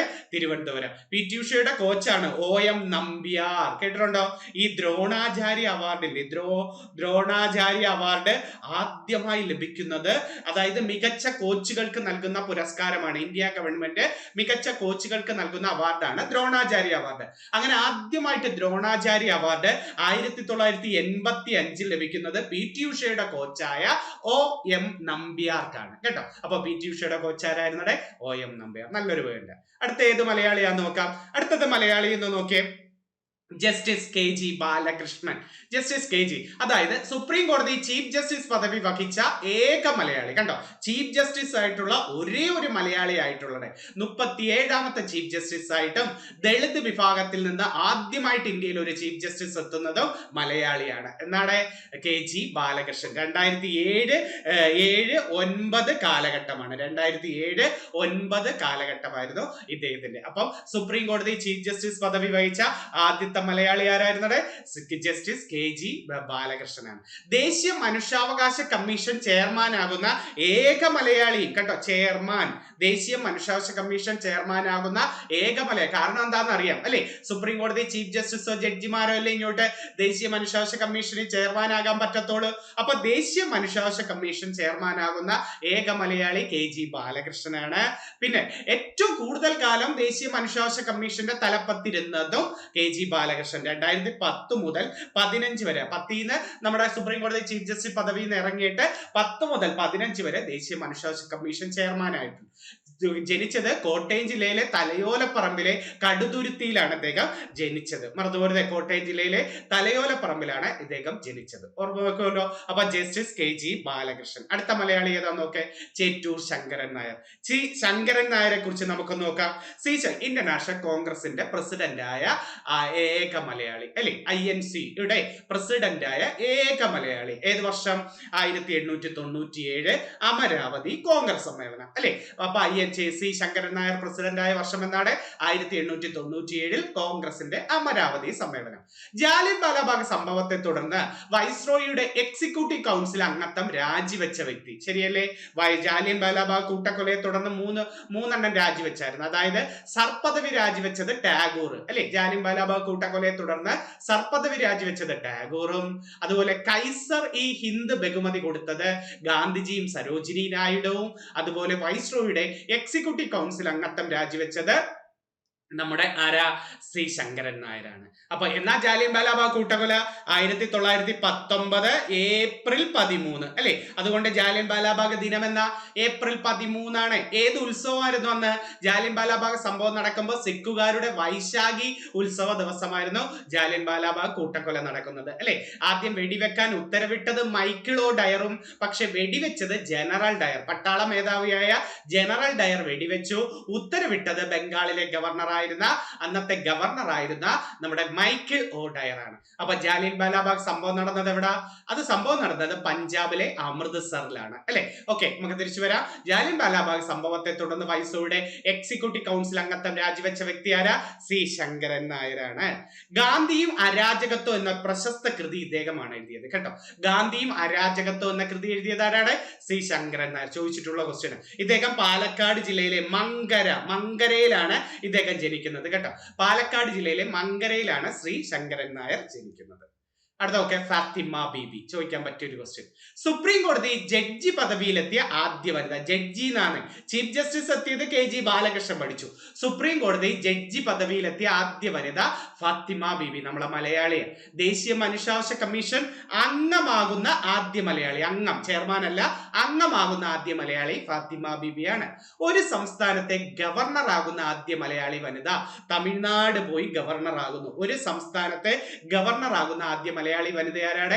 തമിഴ്നാട് ഗവർണർ. ഒരു സംസ്ഥാനത്തെ ഗവർണർ ആകുന്ന ആദ്യം മലയാളി VP മേനോൻ പഠിച്ചു വെച്ചിട്ടുണ്ട്. VP മേനോൻ. മലയാളി വനിത നമ്മുടെ ഫാത്തിമ ബീബിയാണ്. പത്തനംതിട്ട ജില്ലയിലാണ് ഇവർ ജനിച്ചത് കേട്ടോ. നീതിയുടെ ധീരസഞ്ചാരം ഇവരുടെ ജീവചരിത്രമാണ്. നീതിയുടെ ധീരസഞ്ചാരം ആരുടെയാ? ഫാത്തിമ ബീബിയുടെ ജീവചരിത്രമാണ്. നല്ലൊരു ക്വസ്റ്റ്യൻ. അടുത്ത AKGയെ കുറിച്ച് ചോദിക്കാം. 1931 നടന്ന ഗുരുവായൂർ സത്യാഗ്രഹത്തിന്റെ ഓൾ ഇന്ത്യ ക്യാപ്റ്റൻ. ശരിയാണ് അല്ലെ? ക്യാപ്റ്റൻ കേളപ്പനും ഓൾ ഇന്ത്യ ക്യാപ്റ്റൻ ആരാണ്? AK ഗോപാലൻ. 31-ലല്ലേ ഗുരുവായൂർ സത്യാഗ്രഹം? ഗുരുവായൂർ സത്യാഗ്രഹത്തിന്റെ ഓൾ ഇന്ത്യ ക്യാപ്റ്റൻ AK ഗോപാലനാണ്. ആർട്ടിക്കിൾ 22 അല്ലേ നമ്മുടെ മനുഷ്യാവകാശ കമ്മീഷനിൽ കരുതൽ തടങ്കൽ ആണ്. കരുതൽ തടങ്കൽ ആർട്ടിക്കിൾ 22 ഇത് പ്രകാരം ആദ്യമായി അറസ്റ്റ് ചെയ്തത് ആരെയാ? AKG ആണ്. AKG ആണ് കരുതൽ തടങ്കൽ പ്രകാരം. ആർട്ടിക്കിൾ 22 ആണോ കരുതൽ തടങ്കൽ? ആണ്. നമുക്കൊന്ന് പെട്ടെന്നൊന്ന് പറഞ്ഞു നോക്കാം. മൗലികാവകാശങ്ങൾ ഒന്ന് പറഞ്ഞേടെ. മൗലികാവകാശങ്ങൾ 6 ഉള്ളത്. അമേരിക്കയിൽ നിന്നാണ് കടമെടുത്തത്. 1931 കറാച്ചി സമ്മേളനത്തിൽ വെച്ച് സർദാർ വല്ലഭായ് പട്ടേലാണ് പ്രമേയം പാസാക്കിയ പ്രസിഡന്റ്. മൗലികാവകാശങ്ങളുടെ ശില്പി എന്ന് വിളിക്കുന്നത് സർദാർ വല്ലഭായ് പട്ടേലിനെയാണ്. മൗലികാവകാശങ്ങൾ ഭരണഘടനയുടെ 3-ാം ഭാഗത്താണ്. 6 ഉള്ളത്. ആർട്ടിക്കിൾ 12 മുതൽ 35 വരെയാണ് മൗലികാവകാശങ്ങൾ. ആർട്ടിക്കിൾ 14 നിയമത്തിന് മുന്നിൽ എല്ലാവരും തുല്യർ.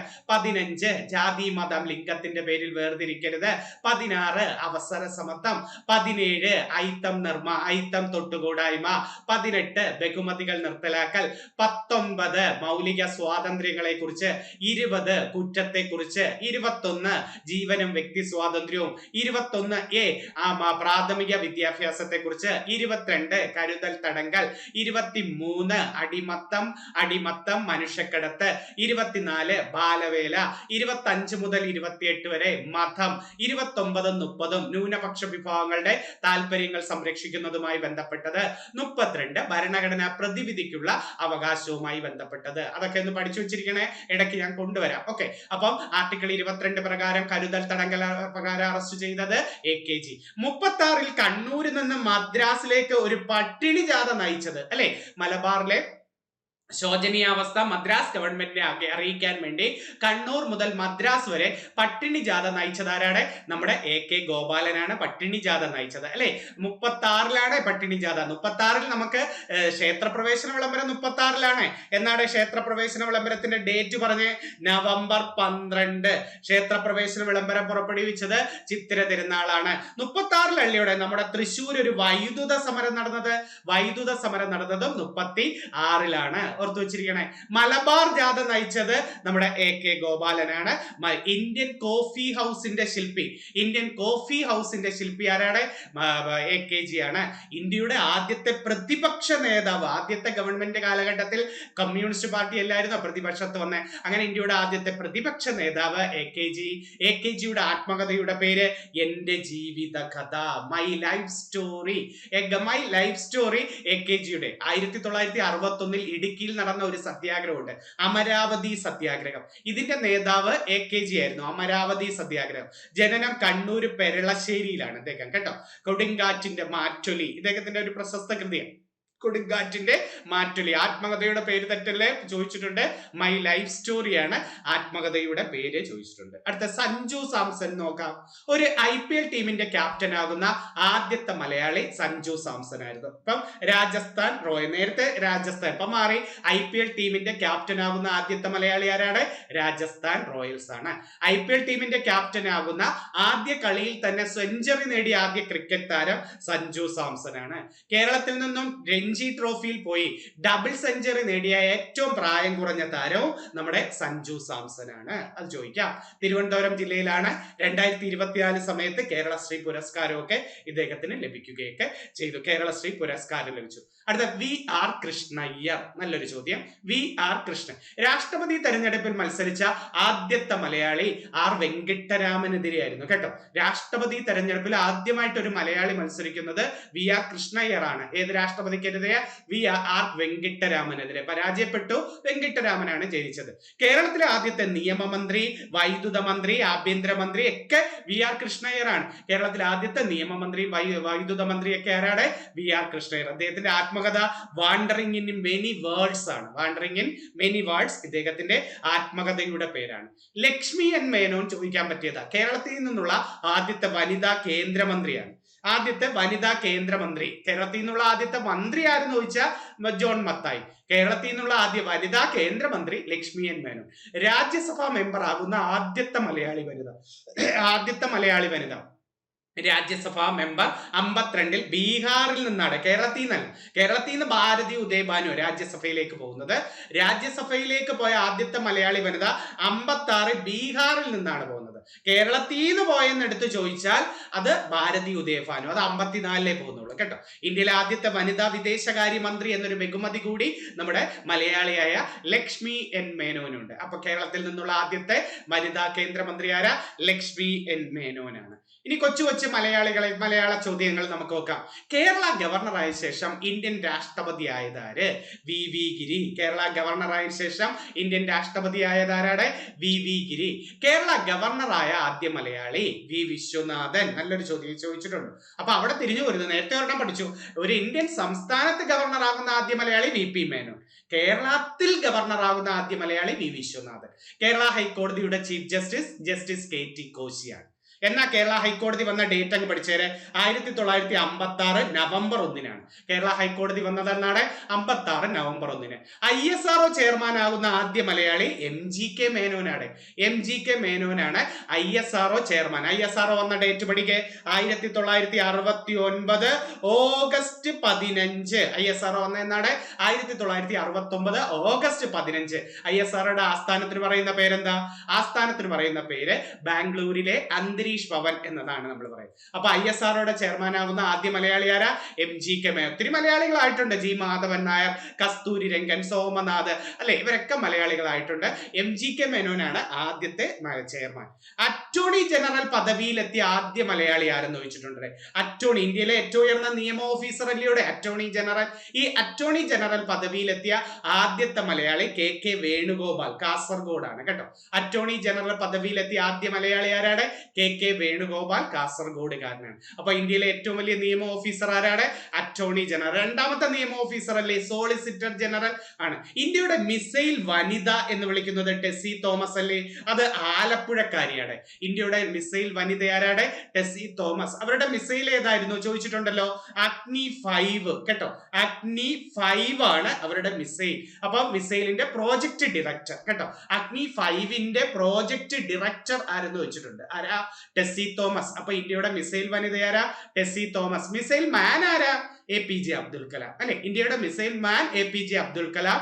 ഇന്ത്യയുടെ മിസൈൽ വനിത ടെസ്സി തോമസ് ആണ് നമ്മൾ പറയുന്നത്. ഇന്ത്യയുടെ റോക്കറ്റ് മാൻ ആരാണ്? റോക്കറ്റ് മാൻ K ശിവനാണ്. റോക്കറ്റ് മാൻ ആരാ? K ശിവൻ. റോക്കറ്റ് വുമണും ഉണ്ട്. ഇന്ത്യക്ക് റോക്കറ്റ് വുമൺ ഉണ്ട്. ആരാന്നറിയാമോ? ഋതു കരിദർ. ഇന്ത്യയുടെ റോക്കറ്റ് മാൻ K ശിവനും ഇന്ത്യയുടെ റോക്കറ്റ് വുമൺ ആരാണ്? ഋതു കരിദർ ആണ്. നല്ലൊരു ക്വസ്റ്റ്യൻ ആയിരുന്നു. അടുത്തൊക്കെ കേരളത്തിലെ ആദ്യത്തെ ഗവർണർ ആണെന്ന് ചോദിക്കാം. കേരളത്തിൽ ആദ്യമായിട്ട് ഒരു ഗവർണർ ആവുന്നത് B രാമകൃഷ്ണ റാവു ആണ് കേട്ടോ. കേരളത്തിലെ ആദ്യത്തെ മന്ത്രിസഭയിലെ ആദ്യമായിട്ട് ഗവർണർ ആകുന്നത് B രാമകൃഷ്ണ റാവു. കേരളത്തിലെ ആദ്യത്തെ വനിതാ ഗവർണർ ജ്യോതി വെങ്കിടാചലമാണ് ആദ്യമായിട്ട് ഒരു വനിതാ ഗവർണർ വരുന്നത്. കേരളത്തിലെ ആദ്യത്തെ വനിതാ ചീഫ് സെക്രട്ടറി പത്മ രാമചന്ദ്രൻ. ആദ്യത്തെ വനിതാ, ഇതൊക്കെ LGS പരീക്ഷയ്ക്ക് ചോദിക്കാം. വനിതാ ചീഫ് സെക്രട്ടറി പത്മ രാമചന്ദ്രനും കേരളത്തിലെ ആദ്യത്തെ വനിതാ vice chancellor doctor Jancy James ആണ്. ആദ്യമായിട്ട് ഒരു വനിതാ വൈസ് ചാൻസലർ സർവകലാശാലയ്ക്ക് വരുന്നത് ഡോക്ടർ ജാൻസി ജെയിൻ. കേന്ദ്ര സർവകലാശാലയിലൊക്കെ ഇവർ വൈസ് ചാൻസലർ ആയിട്ട് ഇരുന്നിട്ടുണ്ട്. അർജുന അവാർഡ് നേടിയ ആദ്യത്തെ മലയാളി C ബാലകൃഷ്ണൻ അല്ലെ. സ്പോർട്സ് മേഖലയിൽ കൊടുക്കുന്ന പുരസ്കാരമല്ലേ അർജുന അവാർഡ്. അത് ആദ്യമായി ലഭിച്ചത് C ബാലകൃഷ്ണനാണ് കേട്ടോ. പർവ്വതാരോഹണത്തിനാണ് കിട്ടുന്നത്. അർജുന അവാർഡ് നേടിയ ആദ്യ മലയാളി KC ഏലമ്മയാണ്. ഏലമ്മ. ഏഷ്യൻ ഗെയിംസിൽ മെഡൽ നേടിയ ആദ്യ മലയാളി വനിത MD വത്സമ്മയാണ്. അർജുന അവാർഡ് നേടിയ ആദ്യ മലയാളി വനിത KC ഏലമ്മ. ഏഷ്യൻ ഗെയിംസിൽ മെഡൽ നേടിയ ആദ്യ മലയാളി വനിത ആരാണ്? MD വത്സമ്മ. കേരളത്തിൽ നിന്ന് രാജ്യസഭാ മെമ്പർ ആവുന്ന ആദ്യ മലയാളി വനിത ഭാരതി ഉദയഭാനു. അത് നേരത്തെ ഞാൻ പറഞ്ഞു. ലക്ഷ്മി എൻ മേനോനും ഭാരതി ഉദയഭാനുവും തിരിഞ്ഞു പോരുത്. ലക്ഷ്മി എൻ മേനോൻ ആദ്യമായി പോയ മലയാളിയാണ്, പക്ഷെ അവര് ബീഹാറിൽ നിന്നാണ് പോകുന്നത്. കേരളത്തിൽ നിന്ന് പോയ മലയാളി ആരാ? ഭാരതി ഉദയഭാനുവാണ്. അന്താരാഷ്ട്ര വനിതാ ക്രിക്കറ്റ് ടീമിൽ കളിച്ച ആദ്യ മലയാളി വനിത മിന്നു മണി അല്ലേ. ഏത് ജില്ലക്കാരിയാണ് മിന്നു മണി? വയനാടുകാരിയാണ് അല്ലെ. കേരളത്തിൽ നിന്ന് ആദ്യമായി ഒരു ഗോത്രവർഗ IAS ഉദ്യോഗസ്ഥയാവുന്നത് കേരളത്തിൽ നിന്നാണ്. ആദ്യമായിട്ട് ഒരു ഗോത്രവർഗത്തിലെ IAS ഉദ്യോഗസ്ഥ നമ്മുടെ ശ്രീധന്യ സുരേഷ് ആണ്. നല്ലൊരു ക്വസ്റ്റ്യൻ ആണ്, അതും വരാൻ സാധ്യതയുള്ളതാണ്. ഖേൽ രത്ന പുരസ്കാരം, ഇന്ത്യയുടെ ഏറ്റവും ഉയർന്ന പുരസ്കാരം അല്ലയുടെ ധ്യാൻചന്ദ് ഖേൽ രത്ന പുരസ്കാരം ആദ്യമായി ലഭിച്ചത് KM ബീനാമോൾ. ഇത് ചോദിക്കാം. 3 മലയാളികൾക്ക് കിട്ടിയിട്ടുള്ളത്. അഞ്ജു ബോബി ജോർജ് രണ്ടാമത്തെ മലയാളി, അഞ്ജു ബോബി ജോർജ്. മൂന്നാമത്തെ മലയാളി PR ശ്രീജേഷിനാണ്. ഖേൽ രത്ന പുരസ്കാരം ഇന്ത്യയുടെ ഏറ്റവും ഉയർന്ന കായിക ബഹുമതിയാണ്. KM ബീനാമോൾ 2002-3 കാലഘട്ടത്തിൽ കിട്ടി. 3-4 അഞ്ജു ബോബി ജോർജിനും PR ശ്രീജേഷിന് 21-ലുമാണ് കിട്ടുന്നത്. കേരള നിയമസഭയിൽ ആദ്യത്തെ നിയമസഭയിൽ തന്നെ എതിരില്ലാതെ തെരഞ്ഞെടുത്ത ഒരു മലയാളിയുണ്ട്, M ഉമേഷ് റാവു. കേട്ടോ, M ഉമേഷ് റാവു ആണ് എതിരില്ലാതെ തെരഞ്ഞെടുത്ത മലയാളി. ആയിരുന്നോട്ട് നീലേശ്വരം, നമ്മുടെ കാസർഗോഡ് ഭാഗത്ത ഉമേഷ് റാവുവിനെ എതിരില്ലാതെ തെരഞ്ഞെടുത്തു. മുഖ്യ തെരഞ്ഞെടുപ്പ് കമ്മീഷണറാവുന്ന ആദ്യത്തെ മലയാളി TN ശേഷനാണ്. മുഖ്യ തെരഞ്ഞെടുപ്പ് കമ്മീഷണർ പദവിയിലെത്തിയ ഒരേ ഒരു ചെയർമാനാകുന്ന മലയാളി TN ശേഷനാണ്. സുപ്രീം കോടതി ജഡ്ജി ആകുന്ന ആദ്യ മലയാളി P ഗോവിന്ദമേനോൻ. ജസ്റ്റിസ് പഠിച്ചു KG ബാലകൃഷ്ണൻ. ജഡ്ജി ആയിട്ട് പാറക്കുളങ്ങര ഗോവിന്ദമേനോനെ തെരഞ്ഞെടുത്തിട്ടുണ്ട്. അത് നല്ലൊരു ക്വസ്റ്റ്യൻ ആണ്. അത് എത്രയും നോക്കുക. ഇനി ആ കൺഫ്യൂസിംഗ് ഫാക്ട്സ് കുറച്ച് എഴുതണ്ടേ നിങ്ങൾക്ക്? മറ്റൊരു പോഷൻ വയ്ക്കുമ്പോൾ സാറിന്ന് കൺഫ്യൂസിംഗ് ഫാക്ട്സ് കൊണ്ടുവന്നില്ലയോ എന്ന് ചോദിക്കേണ്ട, ഞാൻ അത് എഴുതിയിട്ടുണ്ട്. നോക്കെ, ജ്ഞാനപീഠം നേടിയ ആദ്യത്തെ വനിത ആശാപൂർണാദേവി. മലയാളികൾക്ക് ആർക്കെങ്കിലും കിട്ടിയിട്ടുണ്ടോ? ഇല്ല. ജ്ഞാനപീഠം ഇതുവരെ മലയാളി വനിതകൾക്ക് കിട്ടിയിട്ടില്ല. ജ്ഞാനപീഠം അല്ലാതെ നമുക്ക് വ്യക്തികൾക്ക് കിട്ടിയിട്ടുണ്ട്. തുടക്കം തന്നെ മലയാളിക്കാണ് കിട്ടുന്നത്. 65 G ശങ്കരക്കുറുപ്പിന്, 80 SK Pottekkatt, 84 Thakazhi, 95 MG, 2007 ONV, 2019 അക്കിത്ത Achuthan Namboothiri. അല്ലെ, 65 G Sankara Kurup, 80 SK Pottekkatt, 84 Thakazhi, 95 MG, 2007 ONV, 2019 Akkitham. അല്ലെ, അപ്പം അത്രയേ ഉള്ളൂ. മലയാളി വനിതയില്ല. അതുകൊണ്ട് ജ്ഞാനപീഠം നേടിയ ആദ്യത്തെ വനിത ആശാപൂർണാദേവിയാണ്. കേട്ടോ, കേന്ദ്ര സാഹിത്യ അക്കാദമി അവാർഡ് നേടുന്ന ആദ്യ വനിത അമൃത പ്രീതം എന്ന് പഠിച്ചു വെച്ചേക്കണം. കേട്ടോ, കേന്ദ്ര സാഹിത്യ അക്കാദമി അവാർഡ് നേടിയ ആദ്യ വനിത ആരാണ്? അമൃത പ്രീതം. ലോകത്തിന്റെ തണുത്ത മരുഭൂമി മംഗോളിയയിൽ കിടക്കുന്ന ഗോബി മരുഭൂമിയാണ്. ലോകത്തിലെ തണുത്ത മരുഭൂമി. ഇന്ത്യയുടെ തണുത്ത മരുഭൂമി എന്ന് വിളിക്കുന്നത് നമ്മുടെ ലഡാക്കിനെയാണ്. ഇന്ത്യയുടെ തണുത്ത മരുഭൂമി എന്നറിയപ്പെടുന്നത് ഏതാണ്? ലഡാക്കാണ്. അല്ലെ, ഇന്ത്യയിലെ ഏറ്റവും വലിയ കേന്ദ്രഭരണ പ്രദേശം ലഡാക്കാണ്. ഏറ്റവും വലിയ കേന്ദ്രഭരണ പ്രദേശം ലഡാക്കാണ്. നിശബ്ദ തീരം, ലിറ്റിൽ ടിബറ്റ്. അല്ലെ, നിശബ്ദ തീരം എന്നും ലിറ്റിൽ ടിബറ്റ് എന്നൊക്കെ അറിയപ്പെടുന്നത് ഏതാണ്?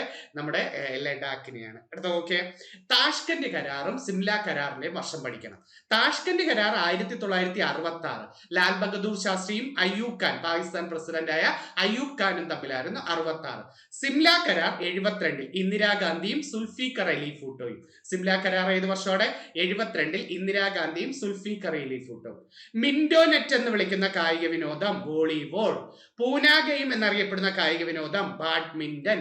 പിങ് പോങ് എന്നറിയപ്പെടുന്ന കായിക വിനോദം ഏതാ? Table tennis. Mintonette volleyball, Poona game badminton, ping pong ഏതാണ്? Table tennis. താഷ്കന്റ് 66 ആണെങ്കിൽ സിംല എന്നാണ്? 72-ലാണ്. ലോകാരോഗ്യ സംഘടന നിലവിൽ വന്നത് 48 ജനീവയിലാണ്. ലോക വ്യാപാര സംഘടന വന്നത് 48 ജനുവരി 1 തന്നെ ജനീവയിൽ തന്നെയാണ്. പക്ഷെ ലോകാരോഗ്യ സംഘടന ഏപ്രിൽ 7 വന്നുകൊണ്ട് ലോകാരോഗ്യ ദിനം എന്നു ചോദിച്ചിട്ടുണ്ട്. ഏപ്രിൽ 7 ലോക വ്യാപാര സംഘടനയുടെ ആദ്യകാല നാമം ഗാട്ട് എന്നാണ്. ഗാട്ട് WTO ആയത് 95 ജനുവരി 1 LGS-നത്ര ചിലപ്പം ചോദിച്ചാലോ, ലോക വ്യാപാര സംഘടനയുടെ ആസ്ഥാനം എവിടെ? ജനീവ. ഇന്ത്യ അംഗമായത് 95 ജനുവരി 1 ഗാട്ട് എന്ന് പറയുന്നത് WTO ആയതും 95 ജനുവരി 1. ഇന്ത്യയുടെ ഓറഞ്ച് നഗരം നാഗ്പൂരാണ്. ഇന്ത്യയുടെ മുന്തിരി നഗരം നാസിക് ആണ്. ഇന്ത്യയുടെ ആപ്പിൾ സംസ്ഥാനം ഹിമാചൽ പ്രദേശാണ്. ഓറഞ്ച് നഗരം നാഗ്പൂർ, മുന്തിരി നഗരം നാസിക്, ആപ്പിൾ സംസ്ഥാനം ഹിമാചൽ പ്രദേശ്. 2 ഘട്ട ബാങ്ക് ദേശ സഹകരണം വർഷം പഠിച്ചേരെ. 69 ജൂലൈ 19 ഒന്നാം ഘട്ടം. രണ്ടാം ഘട്ടം 80 ഏപ്രിൽ 15. അപ്പം ഇന്ദിരാഗാന്ധി 2 ഘട്ട ബാങ്ക് ദേശ സൽക്കരണം അല്ലേ നടത്തിയ? 69 ജൂലൈ 19 14 ബാങ്കുകളും 80 ഏപ്രിൽ 15 6 ബാങ്കുകളാണ് ഉള്ളത്. അല്ലെ, ഇന്ത്യയിലെ ഏറ്റവും വലിയ പൊതുമേഖലാ ബാങ്ക് SBI ആണ്.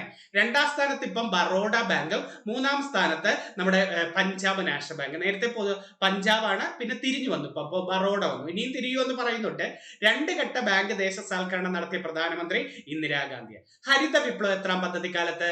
മൂന്നാം പഞ്ചവത്സര പദ്ധതി. 61-66 എന്നാണ് പറയുന്നത് മൂന്നാം പഞ്ചവത്സര പദ്ധതി.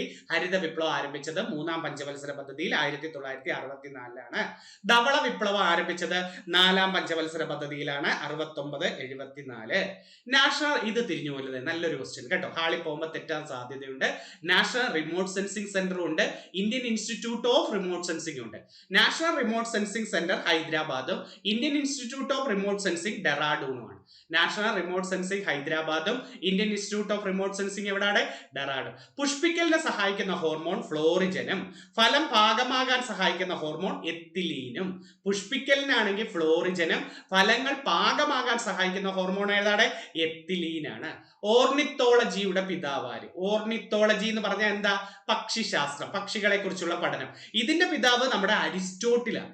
ഇന്ത്യൻ ഓർണിത്തോളജിയുടെ പിതാവ് നമ്മുടെ INC-യുടെ സ്ഥാപകനായ A.O. ഹ്യൂം. കണ്ടോ, INC-യുടെ സ്ഥാപകൻ A.O. ഹ്യൂം അല്ലേ? ഇദ്ദേഹത്തിന്റെ ഒരു പ്രത്യേകത കണ്ടോ, ഇന്ത്യൻ ഓർണിത്തോളജിയുടെ പിതാവ്. അപ്പൊ ഓർണിത്തോളജി എന്തിന്റെ പഠനമാണ്? പക്ഷികളെ കുറിച്ചുള്ള പഠനമാണ് ഓർണിത്തോ. ലോകത്ത് ആദ്യമായിട്ട് എയ്ഡ്സ് റിപ്പോർട്ട് ചെയ്തത് അമേരിക്കയിലാണ്. 81-ലാണ്. ഇന്ത്യയിൽ ആദ്യമായി എയ്ഡ്സ് റിപ്പോർട്ട് ചെയ്തത് ചെന്നൈയില് 86-ലും കേരളത്തിൽ ആദ്യമായി റിപ്പോർട്ട് ചെയ്തത് 87 തിരുവല്ലയിലാണ്. അപ്പൊ ഇന്ത്യയിൽ ആദ്യമായിട്ട് റിപ്പോർട്ട് ചെന്നൈയിൽ 86, കേരളത്തിൽ ആദ്യമായി എയ്ഡ്സ് റിപ്പോർട്ട് ചെയ്തത് എവിടെയാണ്? തിരുവല്ലയില് 87-ലാണ്. അടുത്ത ക്വസ്റ്റ്യൻ, ബേക്കിംഗ് സോഡ അപ്പക്കാരം എന്ന് വിളിക്കുന്നത് സോഡിയം ബൈകാർബണേറ്റിനെ അല്ലേ? പക്ഷെ അലക്കുകാരം സോഡിയം കാർബണേറ്റ് ആണ്. അപ്പക്കാരം സോഡിയം ബൈകാർബണേറ്റ് ആണെങ്കിൽ അലക്കുകാരം ഏതാണ്? Sodium carbonate. ന്യൂട്രോൺ ഇല്ലാത്ത ഹൈഡ്രജന്റെ ഐസോട്ടോപ്പ് ഏത്? ഹൈഡ്രജന് 3 ഐസോട്ടോപ്പാ, പ്രോട്ടിയം, ഡ്യൂട്ടീരിയം, ട്രിഷ്യം. അതിൽ ന്യൂട്രോൺ ഇല്ലാത്തത് പ്രോട്ടിയവും, 1 ന്യൂട്രോൺ മാത്രമുള്ളത് ഡ്യൂട്ടീരിയവും, 2 ന്യൂട്രോണുകളും റേഡിയോ ആക്റ്റീവ് ആയിട്ടുള്ളത് ട്രിഷ്യത്തിനാണ്. അപ്പം ഹൈഡ്രജന്റെ 3 ഐസോട്ടോപ്പുകളുടെ പേരുകൾ പറയൂ. Protium, deuterium, tritium. ന്യൂട്രോണേ ഇല്ലാത്തത് പ്രോട്ടിയത്തിന്, 1 ന്യൂട്രോൺ മാത്രമുള്ളത് ഡ്യൂട്ടീരിയത്തിന്, 2 ന്യൂട്രോണും ഹൈഡ്രജന്റെ റേഡിയോ ആക്റ്റീവ് ആയത് ഏതാ? ട്രിഷ്യം ആണ്. UGC വന്ന വർഷം പഠിച്ചു വെച്ചിരിക്കണം, ചോദിക്കാൻ പറ്റിയ ക്വസ്റ്റ്യൻ.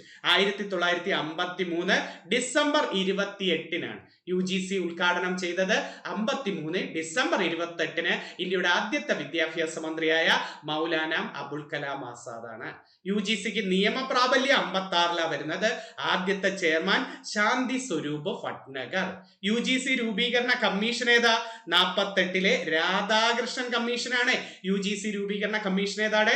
48-ലെ രാധാകൃഷ്ണൻ കമ്മീഷൻ. അപ്പൊ UGC വന്നത് 53-ല്, പ്രാബല്യത്തിൽ നിയമപ്രാബല്യം 56-ല്, ഉദ്ഘാടനം മൗലാന അബുൽ കലാം ആസാദ്, ശാന്തി സ്വരൂപ് ഭട്നഗർ ആണ് ആദ്യത്തെ ചെയർമാൻ എന്ന് വിളിക്കുന്നത്. ഇന്ത്യയിലെ ഏറ്റവും വലിയ തുറമുഖം മുംബൈ തുറമുഖമാണ്, ഏറ്റവും വലിയത്. അതുകൊണ്ട് ഇന്ത്യയുടെ പരുത്തി തുറമുഖം, ഇന്ത്യയുടെ കോർട്ടണോപോളിസ് എന്നൊക്കെ വിളിക്കുന്നത് മുംബൈയിലെ. പരുത്തി ഏറ്റവും കൂടുതൽ കയറ്റുമതി ചെയ്യുന്നത് മുംബൈ തുറമുഖമാണ്. ഇന്ത്യയിലെ ഏറ്റവും തിരക്കേറിയ തുറമുഖം ജവഹർലാൽ നെഹ്റു തുറമുഖം, നാവശേവ. അതായത് മുംബൈ തുറമുഖത്തിന്റെ തിരക്കൊഴിവാക്കാൻ വേണ്ടി നിർമ്മിച്ചതായിരുന്നു ഈ ജവഹർലാൽ നെഹ്റു അഥവാ നാവശേവ തുറമുഖം. അതാണ് തിരക്കേറിയ തുറമുഖം. ഏറ്റവും കൂടുതൽ മേജർ തുറമുഖങ്ങൾ തമിഴ്നാട്ടിലാണ്. ചെന്നൈ തുറമുഖം, തൂത്തുക്കുടി തുറമുഖം, എണ്ണൂർ തുറമുഖം, ഇതൊക്കെയാണ് ഇന്ത്യയിൽ ഏറ്റവും കൂടുതൽ മേജർ തുറമുഖങ്ങളുള്ള സംസ്ഥാനം ചോദിച്ച തമിഴ്നാട്. സ്വദേശാഭിമാനി രാമകൃഷ്ണപിള്ളയെ നാട് കടത്തിയ ദിവാൻ, സ്പെല്ലിംഗ് തെറ്റരുത്, P. രാജഗോപാലാചാരി. പക്ഷേ ബ്രിട്ടീഷ് ഇന്ത്യയുടെ അവസാനത്തെ ഇന്ത്യക്കാരനായ ഗവർണർ ജനറൽ C. രാജഗോപാലാചാരി. കണ്ടോ, അപ്പൊ സ്വദേശാഭിമാനി രാമകൃഷ്ണപിള്ളയെ നാട് കടത്തിയത് ശ്രീമൂലം തിരുനാളിന്റെ കാലത്തെ ദിവാനായിരുന്ന P. രാജഗോപാലാചാരി. എന്നാ ഡേറ്റ് പഠിക്കണേ, 1910 സെപ്റ്റംബർ 26-നാണ് നാട് കടത്തുന്നത്. ബ്രിട്ടീഷ് ഇന്ത്യയുടെ അവസാനത്തെ ഇന്ത്യക്കാരനായ ഗവർണർ C. രാജഗോപാലാചാരി.